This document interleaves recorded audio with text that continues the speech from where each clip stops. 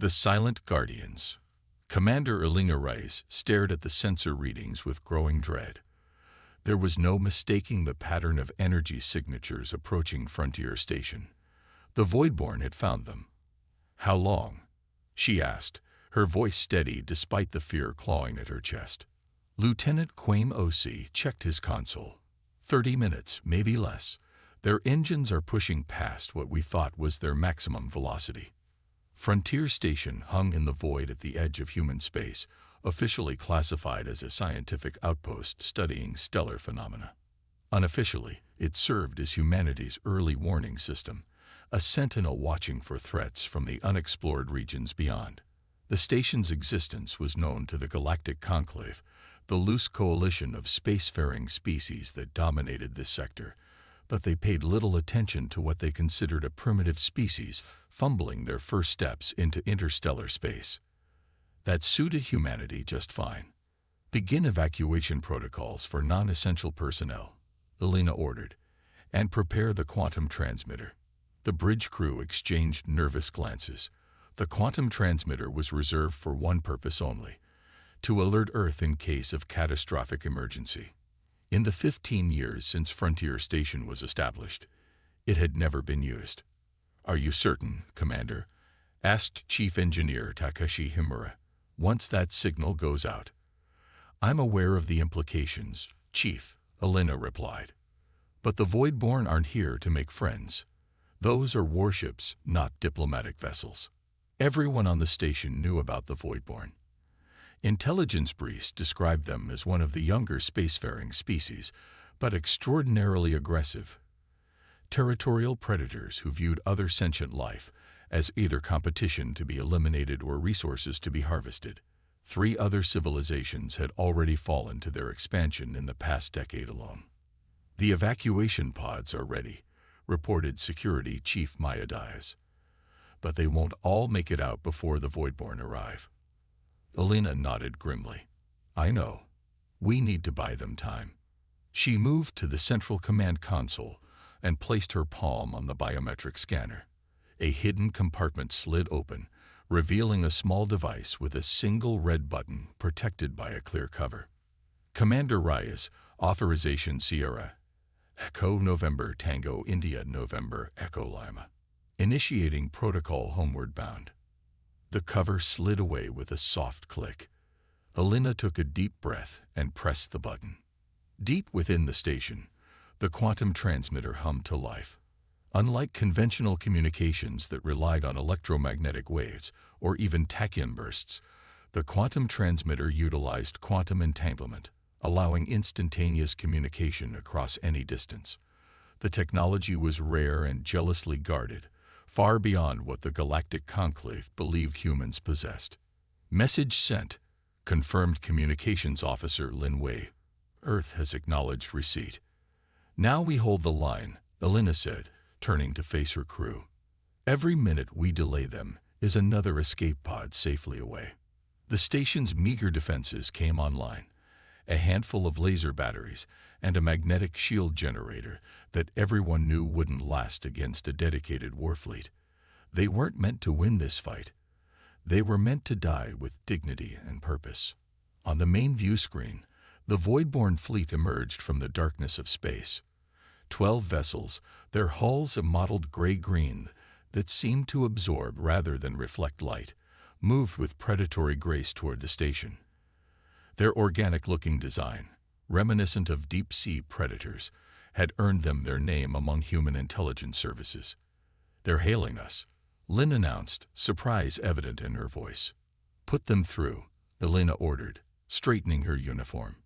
The view screen flickered, and Elena found herself looking at a Voidborn commander for the first time. The alien's face resembled a cross between a shark and an octopus, with multiple eyes set in ridges above a mouth ringed with tentacle-like appendages that moved continuously. Its skin glistened with a metallic sheen under the lights of its bridge. "Human outpost," the creature said, its words translated by the computer into a flat, emotionless voice. "You have been detected in Voidborn expansion territory. Surrender your facility and prepare for processing. Resistance will result in immediate termination." Elena met the alien's gaze steadily. "This is Commander Elena Reyes of Frontier Station.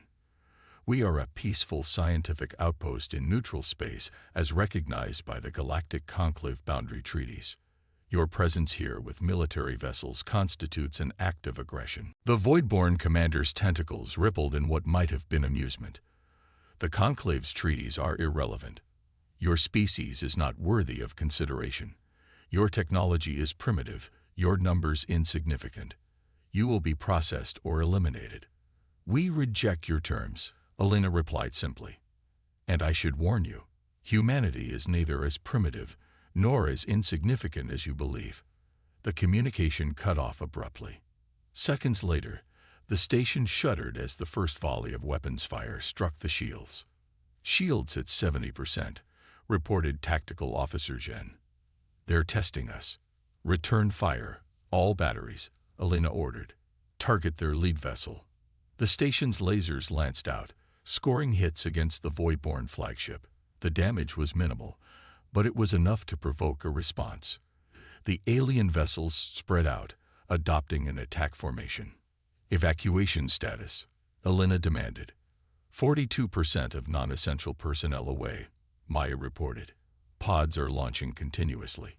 Another blast rocked the station, harder this time. Consoles sparked and emergency lighting kicked in on the bridge. "Shields at 40% and failing," Jen called out. "They're concentrating fire on our defensive systems." Elena gripped the edge of the command console.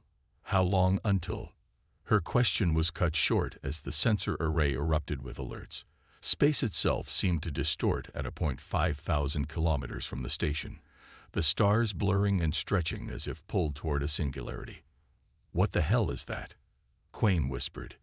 The distortion expanded, forming a perfect circle of twisted space, roughly 2 kilometers in diameter. From within this spatial anomaly, something began to emerge. First came the prow, sleek, midnight black, and bristling with weapon systems, unlike anything the station crew had ever seen on human vessels. Then the rest of the ship slid into normal space, with impossible grace for something so massive. It was a destroyer, but unlike any in Earth's publicly acknowledged fleet. Its hull bore no markings except for a single stylized lightning bolt emblazoned on its side in deep crimson. IFF identifies it as the EFS Thunderbolt, Lynn reported, her voice trembling with emotion. "Earth Fleet Special Division." Before anyone could respond, 2 more spatial distortions appeared, disgorging the additional vessels, one larger than the Thunderbolt, one slightly smaller. Their design was similar, predatory, sleek, and unmistakably built for war. The Perseus and the Artemis. Lynn identified them. They're hailing the Voidborn fleet." "Put it on speaker," Elena ordered, hardly daring to believe what she was seeing. A new voice, cold and precise, filled the bridge. "Voidborn vessels, this is Captain Marcus Chen of the Earth Fleet ship Thunderbolt. You are engaging a human installation in violation of territory claimed by the Sol Protectorate. Power down your weapons and withdraw immediately." The Voidborn commander's reply came swiftly. "Unknown vessels, this sector is claimed for Voidborn expansion. Your primitive species has no standing to issue demands. Depart or be destroyed with the outpost." There was a pause, then Captain Chen's voice again, containing just a hint of what might have been anticipation. "Very well. You have made your choice." What happened next occurred so quickly that Elena could barely follow it. The 3 Earth vessels moved with impossible speed, their engines leaving trails of blue-white energy as they accelerated toward the Voidborn fleet. From the Thunderbolt's forward section, a pulse of energy, not a laser or plasma bolt, but something that seemed to distort the very fabric of space around it, lanced out and struck the Voidborn flagship. The alien vessel didn't explode. Instead, its hull seemed to compress inward as if crushed by an invisible hand. Secondary explosions rippled along its length as the ship crumpled like an aluminum can in a giant's fist. The remaining Voidborn ships scattered, abandoning their attack on the station to focus on this new, unexpected threat. They fired their weapons in perfect coordination, energy beams converging on the thunderbolt from multiple vectors. The human vessel made no attempt to evade. The enemy fire struck some kind of defensive field that flared brilliant blue, absorbing the energy without apparent effect. "My God," Quayne whispered. "What are we seeing?" Elena had no answer. Nothing in humanity's known technological arsenal could explain what they were witnessing. The three Earth vessels moved through the void-born formation like wolves among sheep, their weapons systems disabling or destroying alien ships with surgical precision. Within minutes, it was over. Of the 12 void-born vessels, 8 were destroyed, 3 drifted powerless, and the last had attempted to flee only to be disabled by a precision strike from the Artemis. "We're being hailed by the Thunderbolt," Lynn announced, her hand shaking as she accepted the transmission. Captain Marcus Chen appeared on screen, a man in his 50s with close-cropped gray hair and the bearing of someone accustomed to command. His uniform was unfamiliar, black with silver trim, bearing insignia Elena didn't recognize. "Commander Reyes," he nodded in greeting. "The Thunderbolt will be docking with Frontier Station in 15 minutes to render assistance and extract your personnel. Your actions here have saved countless lives. Well done." "Captain," Elena replied, struggling to find words. "Thank you for the rescue. But what is the Thunderbolt? When did Earth develop this technology?" Chen's expression remained neutral, but a hint of pride showed in his eyes. "That, Commander, is a long story, one that the galaxy is about to learn." Thunder and lightning. The observation deck of the Thunderbolt provided a panoramic view of space that would have been breathtaking under normal circumstances. Now, as Commander Elena Reyes stood beside Captain Chen, watching the last of her station's personnel being evacuated, she could only focus on the graveyard of void-born ships floating in the void. "How long has Earth been hiding this level of technology?" she finally asked. Chen clasped his hands behind his back, his posture military perfect. "Since first contact, essentially. When our probes first encountered alien transmissions 70 years ago, Earth's leadership made a strategic decision. We would present ourselves as a young, technologically unsophisticated species, while secretly preparing for the possibility that the galaxy might not be as welcoming as we hoped." 70 years. Elena shook her head in disbelief.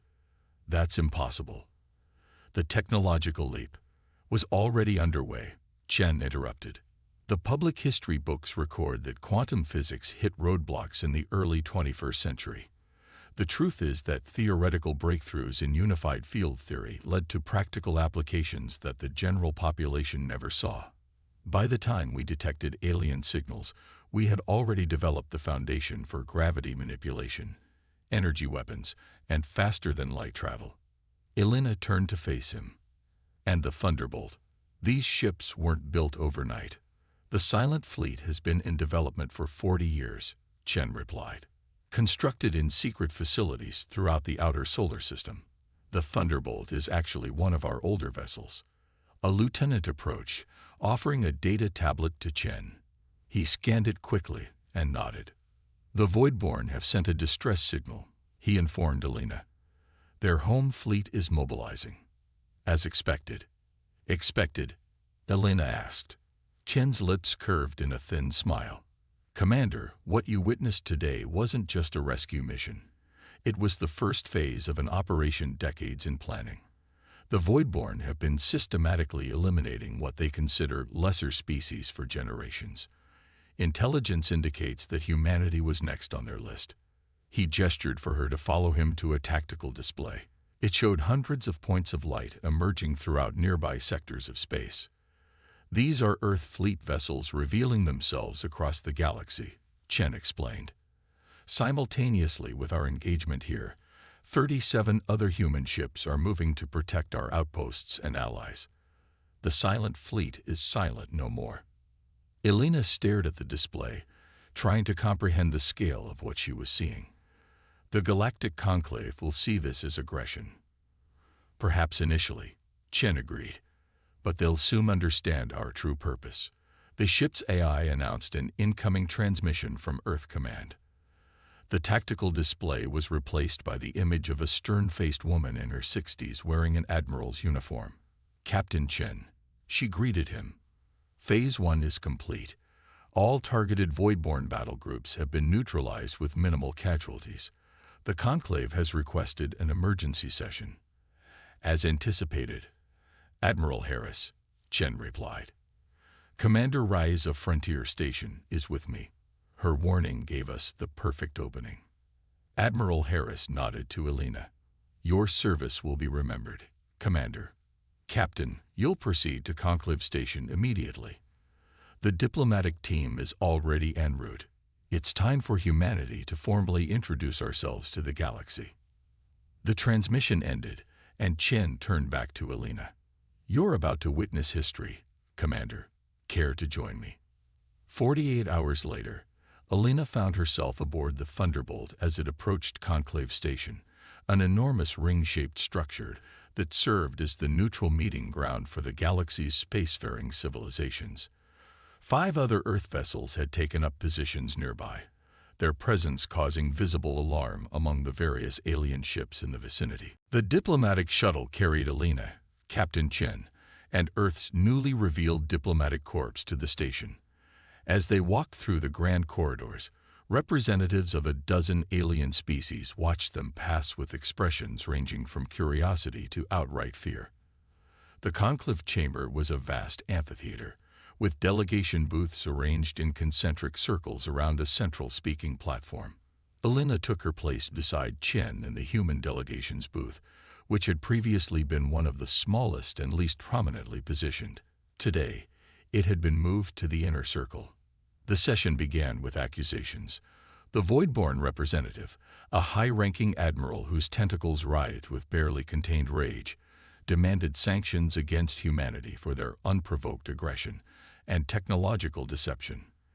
The Azeran delegate, a crystalline being who served as the current conclave moderator, acknowledged the complaint and invited Earth's representative to respond. Ambassador Sarah Chen, no relation to the captain, Elena had learned, stepped onto the central platform. Unlike the military personnel, she wore flowing robes of deep blue emblazoned with Earth's new emblem, a stylized planet with a lightning bolt through it. Esteemed delegates of the Galactic Conclave, she began, her voice calm but carrying throughout the chamber. Humanity stands before you today, not as aggressors, but as protectors. For 70 years, we have observed the Conclave's operations while presenting ourselves as a young, developing species. She gestured, and holographic displays activated around the chamber, showing footage of Voidborn attacks on other civilizations. What you see here is the systematic genocide of 3 spacefaring species over the past decade alone. Species who appealed to this very body for protection and received nothing but empty platitudes. Murmurs spread through the chamber as the footage continued, showing the devastation wrought by the Voidborn. Many delegates shifted uncomfortably in their seats. The Voidborn's next target was humanity. Ambassador Chen continued. Their attack on our frontier station was merely the first step in a planned campaign of extermination. We responded not just to protect ourselves, but to end the threat they pose to all developing civilizations. The Voidborn admiral rose from his seat, voice translator conveying his fury. These are fabrications. The human presence in that sector was a provocation. We have accessed your military command archives. Ambassador Chen interrupted, her voice hardening. Your species has eliminated 17 civilizations in the past century. The evidence has been provided to all conclave members. She turned to address the entire assembly. Humanity concealed our technological advancement not out of deception, but out of prudence. We watched how this body treated emerging species as curiosities at best and as resources to be exploited at worst. The chamber fell silent as Ambassador Chen continued. Today, we reveal ourselves fully. The Silent Fleet now stands as guardian not just for humanity, but for all species who wish to develop without fear of predation or exploitation.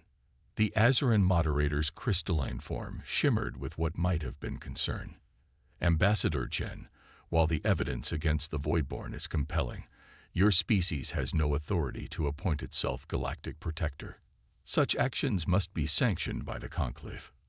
With all due respect, Moderator, Chen replied, the Conclave has demonstrated its unwillingness to fulfill that role. 17 extinct civilizations stand as testament to that failure. She gestured again, and the holographic display changed to show the current positions of Earth's fleet throughout the galaxy. The scale of the revelation sent fresh shock waves through the assembly. We do not seek conquest or dominion. We seek only to ensure that what happened to those 17 civilizations never happens again, to any species. As the implications sank in, Alina realized that the galaxy's power structure had been irrevocably altered. Humanity, long dismissed as an insignificant newcomer, had revealed itself as perhaps the most technologically advanced species in known space. In the days that followed, the Conclave reluctantly acknowledged the evidence against the Voidborn and imposed sanctions. More significantly, they established a new protective council with humanity as a founding member. The Silent Fleet was formally recognized as a peacekeeping force, authorized to intervene against existential threats to developing civilizations. Standing on the observation deck of the Thunderbolt as it prepared to depart Conclave Station, Alina found herself joined by Captain Chen. Having second thoughts about your new assignment? He asked. Alina shook her head. No, sir. It's just a lot to process. Yesterday I was commanding a small observation post. Today I'm being appointed as liaison officer to the Protective Council. Chen nodded. Few were more qualified. You stood your ground against the Voidborn when you thought you had no chance of survival. That's exactly the spirit that built the Silent Fleet. What happens now? Alina asked, watching as a delegation from one of the younger spacefaring species boarded a shuttle bound for Earth. Now, Chen smiled slightly. Now the real work begins. We've revealed our hand, and while many species are relieved to have protection against predators like the Voidborn, others are unsettled by the sudden shift in the balance of power. He turned to face the stars. Humanity didn't set out to become the galaxy's sentinel, Commander Reyes. But sometimes, duty finds us whether we seek it or not. The distress signal you sent didn't just save your station. It signaled the beginning of a new era for the galaxy. As the Thunderbolt engaged its engines and prepared to create another spatial distortion for its journey, Alina couldn't help but feel a mixture of pride and apprehension. Humanity had stepped out of the shadows and onto the galactic stage in spectacular fashion. What came next would reshape the destiny of countless civilizations.